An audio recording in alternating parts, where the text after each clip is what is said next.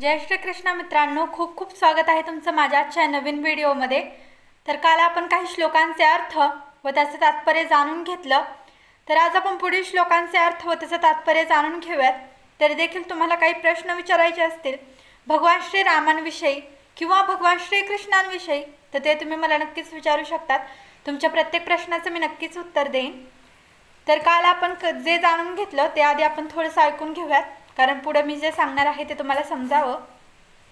महान ऋषी आणि व्यासदेवांचे पिता पराशर मुनी आपल्या पराशर स्मृतीत सांगतात की, तर इथपर्यंत आपण काल जाणून घेतलं। तर पराशर मुनी त्यांच्या पराशर स्मृतीत काय सांगतात ते आपण आजच्या व्हिडिओ जाणून घेऊयात। सर्व प्रकारच्या कष्टातून प्रजेचे रक्षण करणे हे क्षत्रियांचे कर्तव्य आहे। यासाठी तसेच सुव्यवस्था राखण्याकरिता त्याला योग्य प्रसंगी हिंसेचा उपयोग करावाच लागतो। म्हणून त्याला शत्रुराजाच्या सैन्याचा निपात करावा लागतो। याप्रमाणे त्याने धर्मतत्वानुसार जगावर राज्य करावे। सर्व पैलूंचा विचार केल्यास अर्जुनाने युद्धापासून परावृत्त होण्याचे काहीच कारण नव्हते। जर त्याने शत्रूवर विजय प्राप्त केला असता तर त्याला राज्योपभोग घेता आला असता, आणि जर तो युद्धामध्ये मारला गेला असता तरी त्याची स्वर्गलोकात उन्नती झाली असती, कारण तेथील द्वारे त्याच्यासाठी उघडी होती। दोन्हीपैकी कोणत्याही परिस्थितीत युद्ध करण्याचे त्याच्यासाठी लाभदायकच होते। तर आता आपण पुढील श्लोकाचा अर्थ व त्याचे तात्पर्य जाणून घेऊयात। मात्र तू जर धर्मयुद्ध करण्याचे आपले कर्तव्य केले नाहीस तर कर्तव्य करण्यामध्ये निष्काळजीपणा केल्यामुळे तुला निश्चितपणे पाप लागेल, आणि याप्रमाणे योद्धा म्हणून तो आपली कीर्ती गमावशील। तर याचं तात्पर्य आपण जाणून घेऊयात। हा झाला याचा अर्थ। अर्जुन प्रसिद्ध योद्धा होता आणि भगवान शंकरांसहित इतर देवदेवतांशी युद्ध करून त्याने कीर्ती प्राप्त केली होती। पारध्याच्या वेशात आपल्या भगवान शंकराचा युद्धात त्याने पराभव करून त्यांना प्रसन्न केले आणि पशुपात्रत नावाने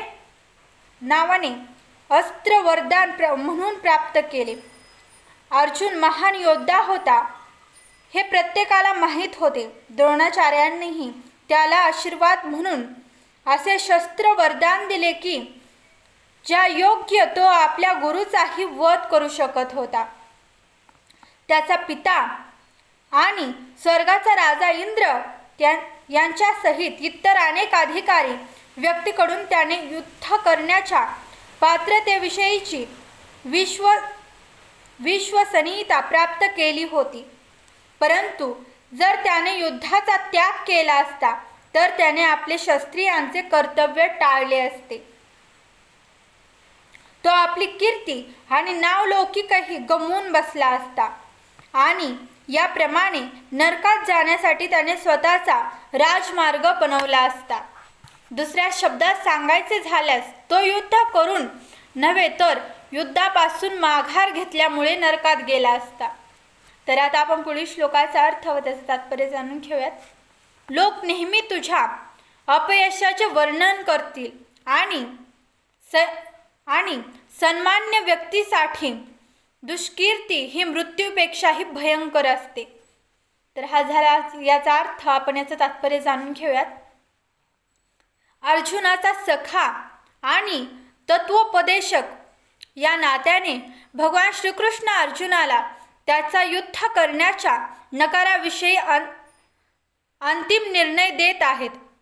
भगवान म्हणतात, अर्जुना, युद्धारंभ होण्यापूर्वीच तू युद्धभूमी सोडून गेलास तर लोक तुला भ्याड म्हणतील। लोक कितीही अपशब्द बोलले तरी आपण युद्धभूमीतून पलायन करून आपले प्राण वाचून असे तुझे म्हणणे असेल तर माझा तुला उपदेश आहे की तू युद्धात मरणेच अधिक उत्तम आहे। तुझ्यासारख्या सन्माननीय व्यक्तीसाठी दुष्कीर्ती ही मृत्यूपेक्षाही भयंकर आहे. यामुळे माझ्या मैत्रीची दुरुपयोग करण्यापासून आणि आपली सामाजिक प्रतिष्ठा गमावण्यापासून तुझे रक्षण होईल. म्हणून अर्जुनासाठी भगवंतांचा अंतिम निर्णय होता की युद्धामध्ये माघार घेण्यापेक्षा त्याने युद्धात मृत्यू पत्करावा. तर श्रीकृष्ण अर्जुनाला सांगत आहेत की तू युद्धभूमी सोडून जाऊ नको, कारण तुझी आता जी कीर्ती आहे, तू सर्वांसाठी एक उत्तम योद्धा म्हणून तुझं नाव लौकिक आहे. तर तू ते सगळंच गमावून बसशील जर तू आताच युद्धभूमी सोडून गेलास तर. कारण जर तू युद्ध नाही केलं तर तुझं नाव वायाला जाईन असं श्रीकृष्ण अर्जुनाला सांगतायत.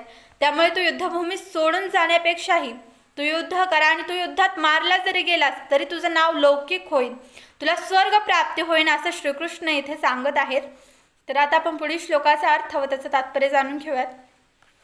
मोठमोठ्या महारथींनी, सेनापतींनी तुझ्या नावलौकिकाची आणि यशाची वाखाणणी केली आहे. त्यांना वाटेल की केवळ भीतीमुळे तू रणांगण सोडले आहेस आणि याप्रमाणे ते तुला तुच्छच समजतील. तर हा झाला याचा अर्थ. आपण याचं तात्पर्य जाणून घेऊयात. भगवान श्रीकृष्णांनी अर्जुनाला आपला निर्णय देणे चालूच ठेवले.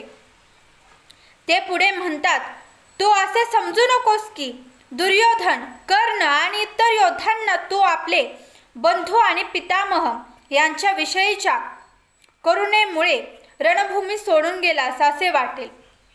तर याचं पुढील जे तात्पर्य आहे ते आपण जाणून घेऊयात. त्यांना वाटेल की तू भयभीत होऊनच रणभूमी सोडून गेलास. अशा रीतीने तुझ्या व्यक्तिमत्वाविषयी त्यांना असणारा आदर सर्वतः धुळीत मिळून जाईल. तर आता आपण पुढील श्लोकाचा अर्थ व त्याचं तात्पर्य जाणून घेऊयात. तुझे शत्रू अनेक अपमानास्पद शब्दात तुझे वर्णन करतील आणि तुझ्या योग्यतेचा उपहास करतील. याहून अधिक दुःखकर असे तुला काय आहे. तर आता आपण याचं तात्पर्य जाणून घेऊयात. हा झाला याचा अर्थ. प्रारंभी भगवान श्रीकृष्णांना अर्जुनाच्या अनाहातून करुणेविषयी आश्चर्य वाटले आणि ही करुणा अनार्यानच सहाय्यशी आहे असे ते म्हणतात. आता श्रीकृष्णांनी इतक्या प्रकारे बोलून अर्जुनाला तथाकथित करुणेच्या विरोधात स्वतःची मते पटवून दिली आहेत. तर आज आपण काही श्लोकांचे अर्थ व त्याचं तात्पर्य जाणून घेतलं. तर उद्या आपण पुढील श्लोकांचे अर्थ व त्याचं तात्पर्य जाणून घेऊयात. तरी देखील तुम्हाला काही प्रश्न विचारायचे असतील प्रभू श्रीरामांविषयी किंवा भगवान श्रीकृष्णांविषयी तर ते तुम्ही मला निश्चितच विचारू शकतात. तुमच्या प्रत्येक प्रश्नाचं मी नक्कीच उत्तर देईन.